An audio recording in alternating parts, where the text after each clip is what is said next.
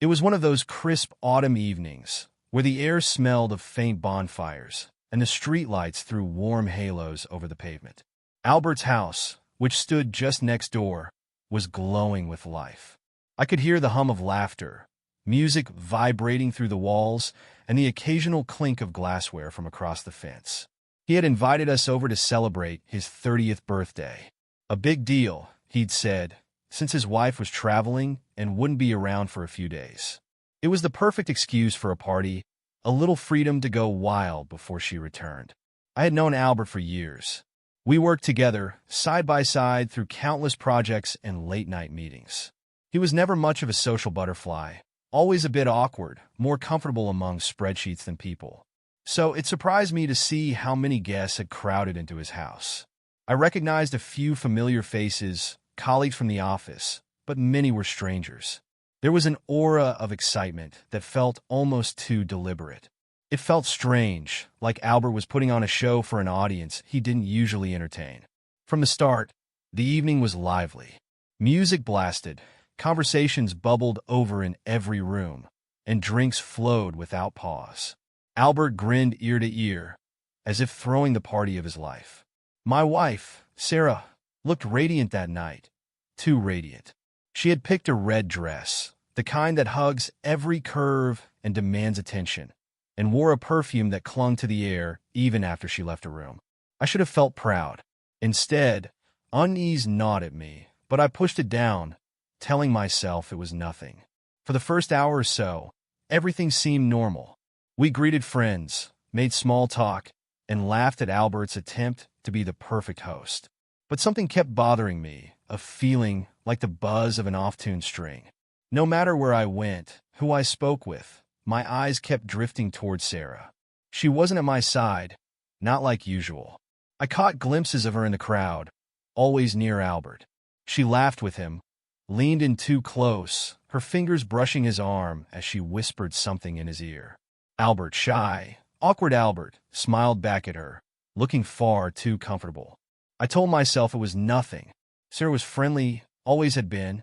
She and Albert were just neighbors, nothing more. But still, something felt different tonight. Something off about the way her gaze lingered on him a little too long, the way her laugh seemed louder and lighter when she was near him. I tried to drown the feeling in conversation and drinks. I drifted from one room to another, catching up with colleagues, discussing trivial things, work deadlines, new projects, the mundane stuff that fills the gaps in life. Yet, no matter how hard I tried to relax, that unsettling knot in my chest wouldn't loosen.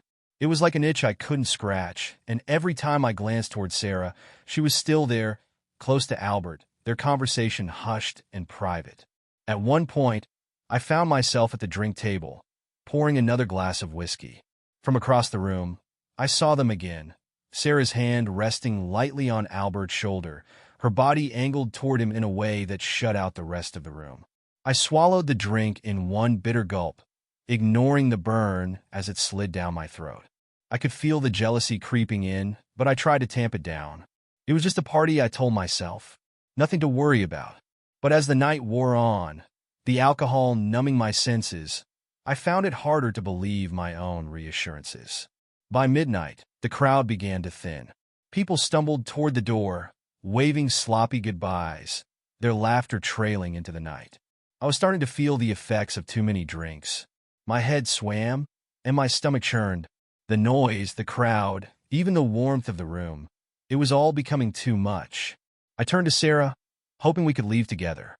She caught my eye, smiled briefly, and then leaned toward me, placing a cool hand on my arm. Go ahead without me, she whispered. I'll stay a little longer. Just want to relax for a bit more. It stung, but I didn't argue. I was too tired, too dizzy to fight it. I just wanted to get home, lie down, and let the spinning room settle. She kissed my cheek softly and promised she wouldn't be long. Call me if you need anything, she said with a smile that didn't quite reach her eyes. I stumbled out into the cool night air, grateful for the quiet. Our house was just a few steps away. I made it inside, kicked off my shoes, and collapsed onto the bed, hoping sleep would come quickly. But the moment my eyes closed, doubts flooded my mind. What was she still doing there? Why stay longer when most guests were leaving? And why had she been so close to Albert all night?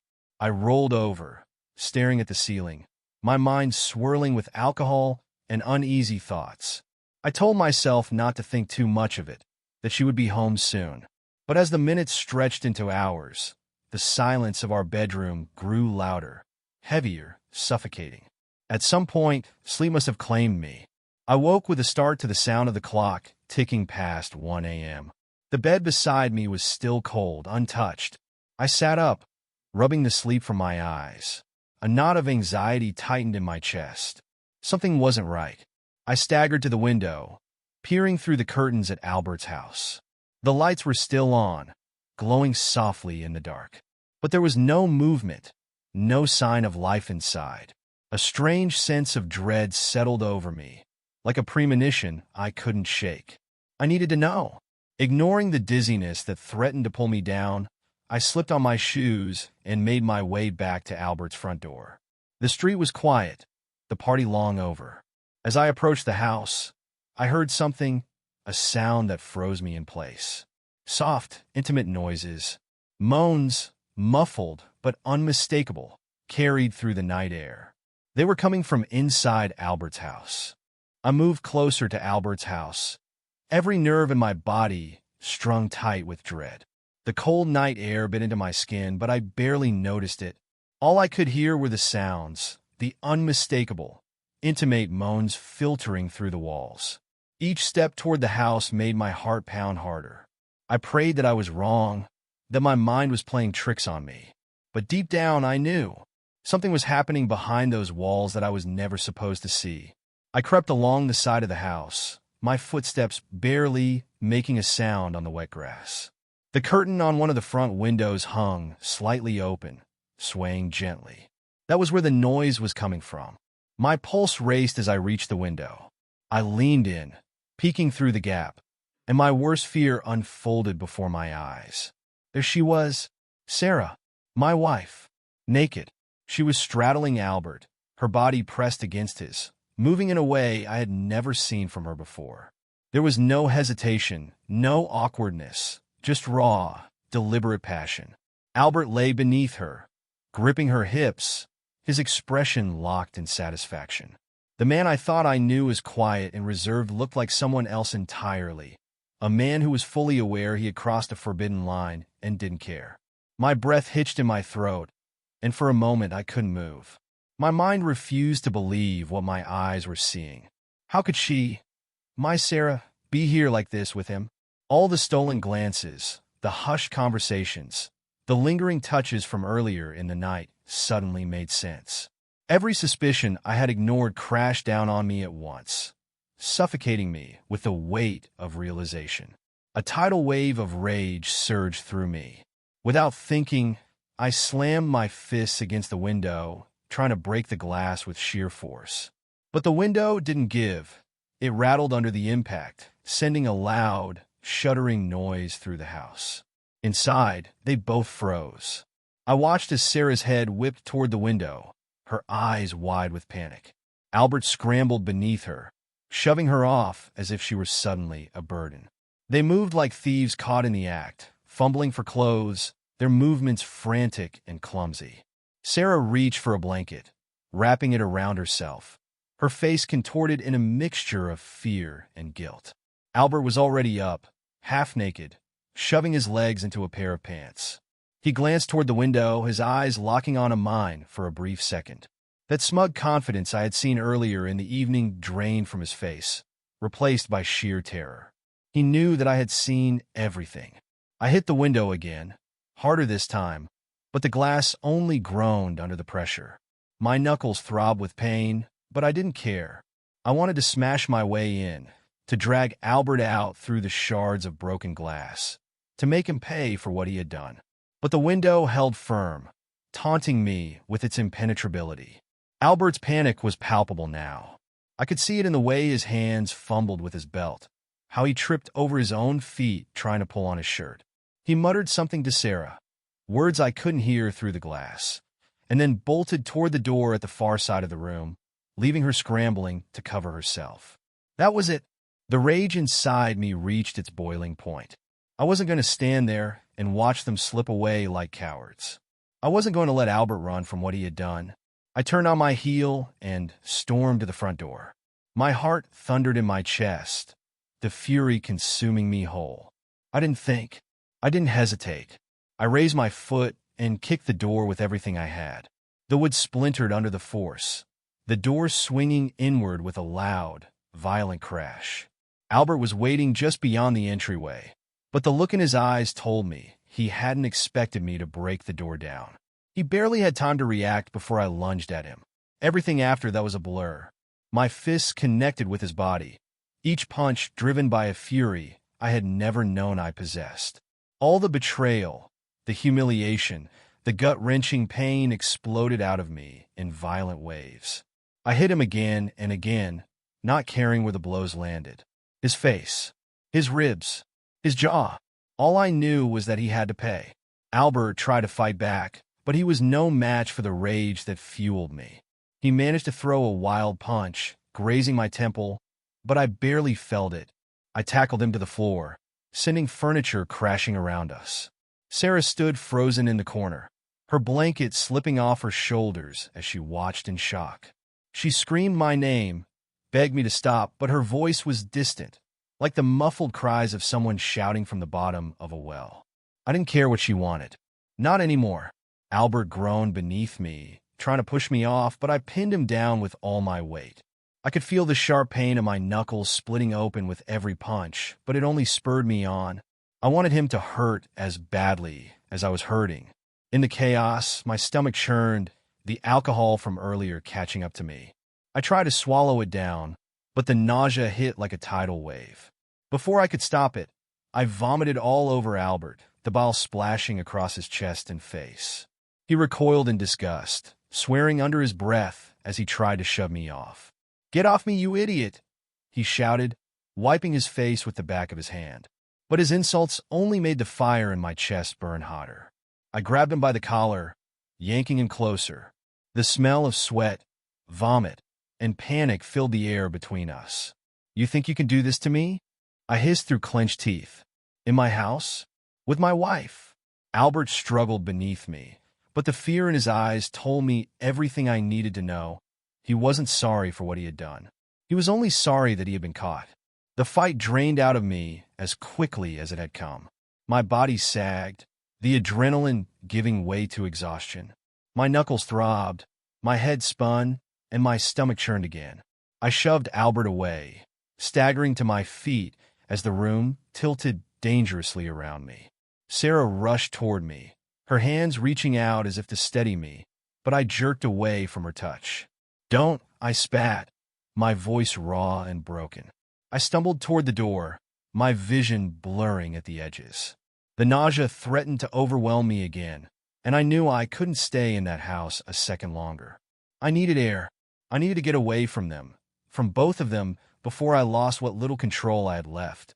I staggered through the broken front door and into the cool night air. The world outside felt unreal, distant, like a dream I couldn't wake from. I heard Sarah calling my name, her voice frantic and filled with tears, but I didn't look back. I couldn't. My house was just a few steps away, but it felt like miles. I stumbled across the lawn, barely able to keep my balance. When I reached my front door, I collapsed against it, gasping for breath. Behind me, I heard the sound of Sarah's sobs, carried on the night wind as she stood in Albert's doorway. But I didn't care. I didn't care about her tears. I didn't care about her apologies. All I knew was that everything between us, everything I thought we had, was gone, and there was no coming back from this. I don't remember how I made it back to the bed. My entire body felt heavy, weighted down by exhaustion, alcohol, and the unbearable weight of betrayal. The fight, the screaming, the shattered glass in Albert's doorway, it all spun in my mind like a fever dream. My knuckles burned, my stomach churned, and my throat was raw. I lay there on top of the covers, still in the clothes I wore to the party, staring up at the ceiling. The silence inside the house was deafening, the only sound my ragged breathing. But even as I tried to settle into the quiet, my mind raced. She was still over there, with him. I squeezed my eyes shut, hoping to fall into the kind of deep, dreamless sleep that would erase the night. But sleep wouldn't come. All I could see behind my eyelids was the image of them, Sarah, naked and gleaming under dim lights, riding Albert like I didn't exist. The sounds echoed in my head, too. The moans, the gasps, the frantic whispers. I tried to tell myself it was over. I had confronted them. I had beaten Albert to a pulp, or at least close enough. I had walked away, but none of it felt like a victory. There was no satisfaction in what I'd done, only a deep, gnawing hollowness. Hours passed, or maybe just minutes. It was hard to tell. My mind teetered on the edge of consciousness when I heard it, a loud, insistent bang on the front door. At first, I thought I was imagining it, but the knock came again, this time louder and more frantic. The sound echoed through the quiet house, rattling in my chest. I sat up slowly, my head swimming from the booze and the emotional storm still raging inside me. Then came the voice, her voice. "Sarah, let me in," she shouted, her fist hammering against the wood. "Please, open the door. I need to talk to you." I sat still, frozen in place. My jaw clenched, every muscle in my body tense. I didn't want to see her. I didn't want to hear her excuses. I didn't want to hear whatever twisted version of the truth she had prepared. But the knocking didn't stop. It grew louder, more desperate, like she was afraid I wouldn't open the door. "Please let me in," she cried, her voice cracking. "We need to talk." I forced myself to stand, even though my legs felt like lead. My head pounded with every step I took toward the front door. I told myself I wouldn't let her manipulate me. I wouldn't let her sweet-talk her way out of this. Not this time. When I reached the door, I stood there for a moment, staring at the doorknob. Her shadow flickered in the narrow window beside the door, a distorted silhouette under the porch light. The knocking came again, harder this time. "Please, open the door. I'm so sorry." With a sharp exhale, I unlocked the door and swung it open. There she was, barefoot, mascara smudged from crying, her red dress twisted awkwardly around her body. She looked disheveled, desperate, and yet there was something else in her expression, something I couldn't quite place. She stood on the doorstep, shivering slightly in the cold night air. Her eyes, wide and filled with tears, locked onto mine. For a moment, neither of us spoke. Then she stepped forward, trying to close the space between us. "Please," she whispered. "I'm so sorry. It wasn't supposed to happen like this." I stayed where I was, blocking her from coming inside. My hands curled into fists at my sides, the split skin on my knuckles stinging with each pulse of my heartbeat. "You stayed," I said, my voice hoarse. "After I left, you stayed with him." Her lips trembled, and she wiped her eyes with the back of her hand. "I know. I didn't know what to do." I panicked. I shook my head, my anger bubbling just beneath the surface. "You didn't panic. You chose." She flinched, as if the truth of my words had struck her like a slap. "I was drunk," she said, her voice breaking. "It wasn't." "Don't," I snapped, cutting her off. "Don't blame the alcohol. Don't insult me with that." Her face crumpled, and she looked away, as if she couldn't bear the weight of my gaze. "I made a mistake," she whispered. "A terrible mistake. Please let me come in. We can fix this. We can talk about it." But I didn't move. I could feel my chest tightening, the rage clawing its way back to the surface. She had betrayed me in the worst way possible, and now she was standing here, asking me to forgive her with tears and apologies. "What do you expect me to say, Sarah?" I asked, my voice barely above a whisper. "What do you want from me?" Her breath hitched, and she reached for me, but I pulled back before she could touch me. "I want us to be okay," she pleaded. "I love you. I do." It just got out of hand. A bitter laugh escaped me unbidden. "You love me?" I echoed, shaking my head. "Is that what you were thinking when you were with him? Did you love me while you were tearing us apart?" She sobbed, clutching the door frame, as if it were the only thing holding her up. "I didn't mean to hurt you. I swear. I wasn't thinking." I stepped back, shaking my head slowly. "No," I said, my voice cold. "You knew exactly what you were doing." Her sobs grew louder, and for a moment, I thought she might collapse on the porch. But then something strange happened. She straightened up, wiping her tears away with a sudden, sharp motion. The sorrow in her eyes shifted, morphed into something else. It was subtle, but unmistakable. Resignation. "Is this it then?" she asked, her voice raw but steady. "You want me to leave? Is that what you want?" I stared at her, the woman I had once loved more than anything in the world. I saw the guilt on her face, but beneath it, there was something else, something that chilled me to my core. It wasn't regret. It wasn't sorrow.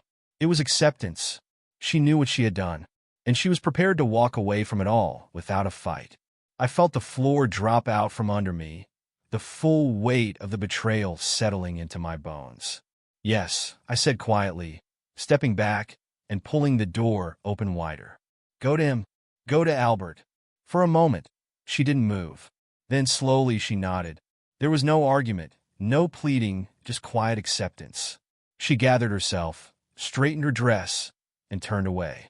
As she walked down the steps, I swear I saw the faintest flicker of a smile on her lips. And that was when I knew this wasn't just a drunken mistake. It was a choice. I watched her walk away, disappearing into the night, leaving me standing alone in the doorway. And just like that, everything was gone. I stood at the door long after she disappeared into the dark. The cold air seeped into my skin, but I couldn't move. My breath came in shallow gasps, my chest tightening under the weight of what had just happened. My wife, my Sarah, had left me without a second glance. She didn't beg to stay, didn't even pretend to fight for us. She simply walked away, back to the man she'd betrayed me with. It was over. The knot in my throat tightened until I couldn't hold it in any longer. I slammed the door shut and stumbled back inside, my legs barely carrying me to the couch. The tears came suddenly, violently, catching me off guard. I didn't even realize I was crying until my shoulders began to shake. I buried my face in my hands, my sobs muffled against my palms. It was the kind of crying that rips through you, raw and uncontrollable, leaving you gasping for breath. Every sob felt like another piece of my heart breaking apart, scattering into pieces too small to put back together. I thought I would be angry, enraged even, but there was no room for anger now. Just sadness. Just the crushing weight of being abandoned, left to rot with the shards of a broken marriage. The woman I had trusted with everything, my love, my life, was gone. And she hadn't even looked back. Minutes, maybe hours passed. I don't know how long I sat there, lost in the storm of my own emotions. But at some point, the tears slowed, leaving behind a hollow ache that spread through my entire body. I wiped my face with the sleeve of my shirt, feeling more drained than I had in years. That was when a thought flickered through the haze of my mind, a single spark in the dark. Albert's wife. Her name was Claire. We weren't exactly close, but we had exchanged pleasantries at neighborhood gatherings, Christmas parties, and occasional barbecues. She was a quiet woman, kind and polite, always with a soft smile. She was nothing like Albert, who had always carried an air of smug superiority. Claire was the kind of woman who never drew attention to herself. But now I couldn't stop thinking about her. She had no idea what had happened tonight. No idea that, while she was away, her husband had ripped my life apart. And that was when it hit me. I could tell her everything. The thought brought a strange kind of relief. If Claire knew the truth, Albert wouldn't get away with this. He wouldn't just walk away unscathed, as if what he had done meant nothing. No, he had ruined my marriage, so I would ruin his. The more I thought about it, the more the idea took root in my mind. There was no hesitation, no second-guessing. Claire deserved to know. She deserved the same brutal truth that had been forced on me. I reached for my phone, scrolling through my contacts until I found her name. My thumb hovered over the call button for a moment. A part of me hesitated. Was this really the right thing to do? But then I remembered the look on Sarah's face as she walked away. The faint smile, the quiet acceptance. She had chosen him, and I had nothing left to lose. I tapped the call button, my heart pounding as the phone rang. It felt strange, calling Claire after midnight, but I didn't care. I needed her to know. She needed to hear the truth from me, not from Albert. The phone rang 3 times before she picked up, her voice groggy from sleep. "Hello." I took a deep breath. "Claire, it's me. From next door." There was a pause, and I could hear her shifting in bed. "Is everything okay?" "No," I said, my voice hoarse from the crying. "I need to tell you something. It's about Albert." She was silent on the other end of the line, but I could hear her breathing, steady and slow. "What about him?" she asked quietly. I swallowed hard, my heart racing. "He's with Sarah." Another pause. The words felt heavy in the air between us, but I didn't stop. "Tonight, while you were away." I caught them. Claire didn't respond for a long moment, and for a second, I thought she might hang up. But then I heard it, her breath hitching like she had just been punched in the gut. "No," she whispered so soft I almost didn't hear it. "I'm sorry," I said. And I meant it. I didn't want to hurt her. But she needed to know. Another long silence followed. Then, she spoke again, her voice trembling but controlled. "I'll be there in a few hours. Don't tell Albert the first no." Before I could respond, she hung up. I sat there, staring at the phone in my hand, the weight of what I had just done settling over me. There was no turning back now. I leaned back on the couch, exhaustion pulling at me, but my mind refused to slow down. For the first time since the night began, I felt something other than sadness. It wasn't happiness, not exactly. It was closer to satisfaction, a small, bitter sense of justice. Albert would pay, and I wasn't going to stop there. I stayed awake until the first hint of dawn, my body aching from exhaustion, but my mind too restless to let me sleep. The house was eerily quiet, the kind of silence that makes every creak and whisper of the wind outside feel like a warning. I kept replaying the night over and over. Sarah's betrayal, the fight with Albert, the way she walked away without even pretending to fight for us. But it wasn't just sadness or anger that gnawed at me now. Something new had taken root, something sharper, colder. It was the need for closure, but not the kind that comes with forgiveness or healing. No, I wanted the kind of closure that comes from destruction. Albert had humiliated me, taken what was mine, and laughed in my face. Sarah's betrayal had left me hollow, stripped of everything I thought I had. But I could take something from him too. I could make sure his perfect little life fell apart just like mine had. And it was Claire, Albert's wife, who would be the key to all of it. The hours dragged until, finally, I heard the low rumble of a car engine pulling into my driveway. I checked the clock. Just after 6 a.m. She had come sooner than I'd expected. I stood slowly, my body stiff from sitting for so long, and made my way to the front door. I opened it just as Claire stepped out of her car, wrapping her coat tightly around her slim frame against the morning chill. Her face was pale, and her eyes were swollen, as if she had spent the entire drive crying.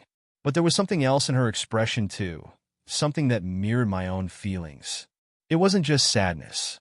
It was the cold, simmering anger of someone who had just discovered the life they thought they had was a lie. "Come in," I said quietly, stepping aside to let her into the house. She nodded without a word, brushing past me. I closed the door behind her and followed her into the living room. We sat down on opposite ends of the couch, a heavy silence settling between us. I could see the strain on her face, the tightness in her jaw, the slight tremble in her hands as she fumbled to take off her gloves. "He cheated," she said flatly, breaking the silence. It wasn't a question. I nodded, feeling the anger rise again, hot and suffocating. "With my wife." Claire stared at me for a moment, her eyes wide with disbelief.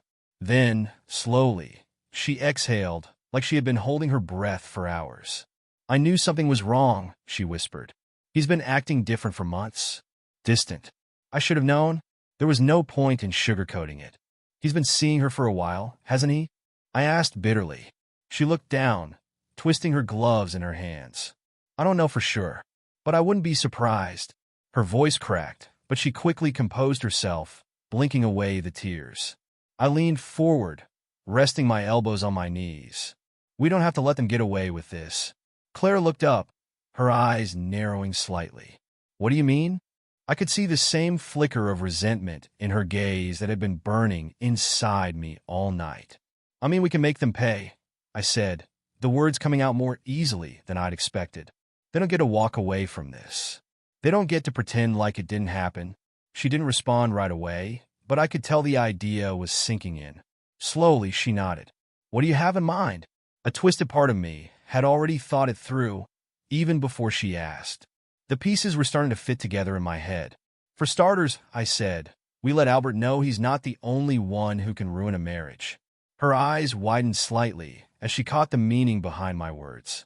For a moment, she looked unsure, but then something shifted in her expression. Something dark, almost vindictive. You want to hurt them the way they hurt us, she whispered. I nodded. Exactly. She exhaled slowly, as if releasing the last bit of hesitation she had been holding on to. Then she gave me a small, bitter smile. Let's do it. I couldn't tell if it was the exhaustion or the lingering anger, but for the first time since the night began, I felt a strange sense of calm settle over me. The plan wasn't fully formed yet, but I knew it would come together. And Albert had no idea what was waiting for him. Claire stayed for a while longer, and we talked about the betrayal, about the lies, about everything we had lost in the span of one night. It felt surreal, sitting with her in the quiet of my living room, discussing revenge like it was just another to-do list item. But there was no guilt, no regret, only a cold, calculated determination to set things right, our version of right. By the time she left, the sun had fully risen, casting a pale light over the wreckage of my life. But for the first time, I didn't feel powerless. I had a plan, and Albert was going to pay. Claire, and I didn't waste time. Once the decision was made, everything fell into place with eerie clarity. There was no need for second thoughts or guilt. Albert and Sarah had taken everything from us, and now we were going to make sure they felt the same loss. Claire stayed hidden after our meeting, avoiding contact with Albert so he wouldn't suspect anything. I knew he would assume things were still under control, that Claire wouldn't find out until he was ready to spin his own version of the truth. He didn't realize we were already 2 steps ahead. Albert thought he had won, that his betrayal would remain a secret between the 4 walls of his house.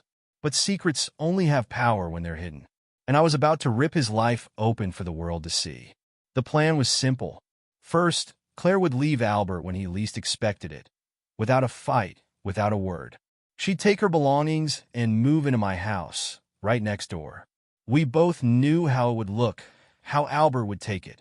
A message that Claire had found her own way to heal by doing the unthinkable. He would see her in my yard, living in the house next to his with me, his betrayed neighbor, and it would drive him mad. But that wasn't the end of it. No, the real revenge was still to come. It was a Saturday evening when Claire made her move. Albert had no clue what was waiting for him. She'd packed her bags while he was out, left a single note on the kitchen counter that simply read, I know everything. Don't call me. By the time Albert returned, she was already in my house, sitting calmly at my kitchen table. We both knew the next step was inevitable. Albert wasn't the type of man to just let things go. And sure enough, it didn't take long. That very night, he appeared outside my house, pounding on the door with the same frantic desperation I had felt only days before. I opened the door slowly, savoring the moment. There he stood, breathing heavily, his fists clenched, his eyes wild with rage. The calm, polite coworker was gone. This was a man unraveling. Where is she? He demanded, his voice cracking under the weight of his fury. What the hell do you think you're doing? I stepped aside just enough for him to see Claire standing in the hallway behind me. She looked at him, her expression unreadable, and that was all it took to send Albert over the edge. You think you can steal my wife? He shouted, stepping forward as if to push past me. But I didn't move. I stood firm, blocking his path, my heart thundering in my chest. This was the moment I had been waiting for, the moment when Albert realized he wasn't in control anymore. You did this, I said quietly, my voice steady. This is what you deserve. He lunged at me then, just as I knew he would. His rage was blind and unthinking, the kind that comes from realizing everything you thought was safe is slipping through your fingers. We collided in the doorway, fists flying. But this time, I was ready. The adrenaline pumped through me, sharpening my focus, dulling the pain of every blow. The memory of that night, of Sarah with him, fueled me with a strength I didn't know I had. We crashed into the hallway, knocking over furniture as we fought. Claire stood to the side, silent and calm, waiting for the moment we both knew was coming. Albert's punches were wild and desperate, but mine were deliberate, each one fueled by the need to make him feel the way I had felt.